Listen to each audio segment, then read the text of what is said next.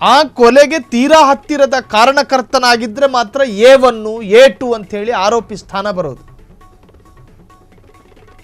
Charge ಶೀಟ್ನಲ್ಲಿ ಸುಮ್ಮನೆ ಬರೆಯಲಾಗಿರೋದಿಲ್ಲ. ಸಾಕ್ಷ್ಯಾಧಾರಗಳ ಆಧಾರದ ಮೇಲೆ A2 ಅನ್ನೋದನ್ನು ಸಾಬೀತುಪಡಿಸಬೇಕು ಪೊಲೀಸ್ನವರು. ಪೇಪರು ಇದೆ, ಕೈಯಲ್ಲಿ ಪೆನ್ನು ಇದೆ ಅಂತ ಹೇಳಿ ಚಾರ್ಜ್ ಶೀಟ್ ಬರೆಯೋದಕ್ಕಾಗಲ್ಲ.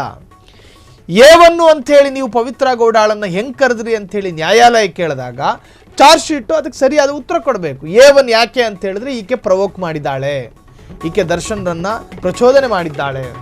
ತೀರ್ಪು ಪ್ರಕಟಿಸುತ್ತಾ ನ್ಯಾಯಮೂರ್ತಿ ಪಾರ್ದಿವಾಲ ಹೇಳಿದ್ದೇನು ಗೊತ್ತಾ?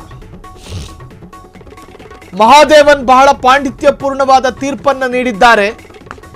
ಇದು ಅವರ್ಣನೀಯವಾದದ್ದು, ಎಕ್ಸ್ಪ್ಲೈನ್ ಮಾಡೋದಕ್ಕೆ ನಿಲುಕದೇ ಇರುವಂತಹದ್ದು.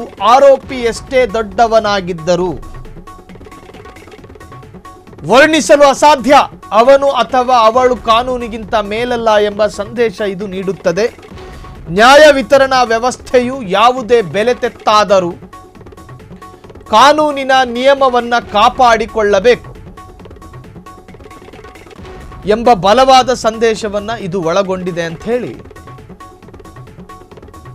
ಯಾವುದೇ ವ್ಯಕ್ತಿ ಕಾನೂನಿಗಿಂತ ಮೇಲಲ್ಲ ಅಥವಾ ಅದಕ್ಕಿಂತ ಕೆಳಗೂ ಅಲ್ಲ. ನಾವು ಅದನ್ನು ಪಾಲಿಸುವಾಗ ಯಾರ ಅನುಮತಿಯನ್ನು ಕೇಳೋದಿಲ್ಲ. ನೋಡಿ, ಇದು ನಮ್ಮ ನ್ಯಾಯಾಂಗ ವ್ಯವಸ್ಥೆಯ ಸೌಂದರ್ಯ. ಎಲ್ಲ ಸಮಯದಲ್ಲೂ ಕಾನೂನಿನ ನಿಯಮ ಕಾಪಾಡಿಕೊಳ್ಳುವುದು ಇಂದಿನ ಅಗತ್ಯ. ತೀರ್ಪು ಪ್ರಕಟಿಸುತ್ತಾ ನ್ಯಾಯಮೂರ್ತಿ ಪಾರ್ದಿವಾಲ ಹೇಳಿದ್ದು ಮಾತಿದು, ಮುತ್ತಿನಂಥ ಮಾತು.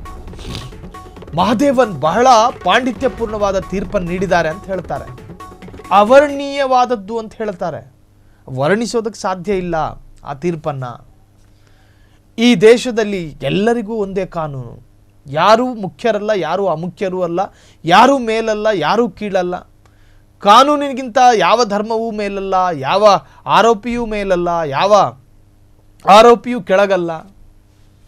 ಎಷ್ಟೇ ದೊಡ್ಡವನಾಗಿದ್ದರು ಆತ ಕಾನೂನಿನ ದೃಷ್ಟಿಯಲ್ಲಿ ಒಂದೇ, ಸಮಾನರು. ಸಾಮಾನ್ಯ ತಪ್ಪು ಮಾಡಿದ್ರು ತಪ್ಪೆ, ಒಬ್ಬ ಪ್ರತಿಷ್ಠಿತ ಸೆಲೆಬ್ರಿಟಿ ತಪ್ಪು ಮಾಡಿದ್ರು ತಪ್ಪೆ. ಕಾನೂನಿನಲ್ಲಿ ಈ ತಪ್ಪಿಗೆ ಇದೇ ಶಿಕ್ಷೆ ಅನ್ನೋದು, ಒಬ್ಬ ಪ್ರಭಾವಿ ಅನ್ನೋ ಕಾರಣಕ್ಕೋಸ್ಕರ ಆ ಶಿಕ್ಷೆಯಿಂದ ತಪ್ಪಿಸಿಕೊಳ್ಳೋದಕ್ಕೆ ಸಾಧ್ಯ ಇಲ್ಲ ಅನ್ನೋದು ಸಮಾಜಕ್ಕೂ ಕೂಡ ಅತ್ಯಮೂಲ್ಯವಾದಂತಹ ಸಂದೇಶವನ್ನು ಸಾರಿದೆ ಈ ಒಂದು ಮಹತ್ವದ ತೀರ್ಪು.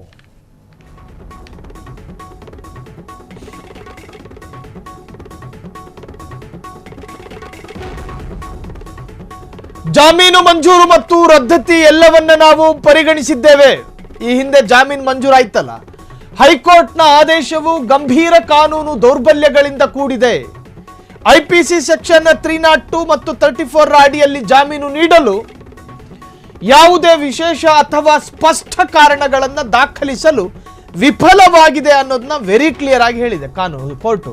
ಇದು ಕಾನೂನುಬದ್ಧ ಸಂಗತಿಗಳ ಗಮನಾರ್ಹ ಲೋಪದಿಂದ ರೂಪುಗೊಂಡ ಆದೇಶ.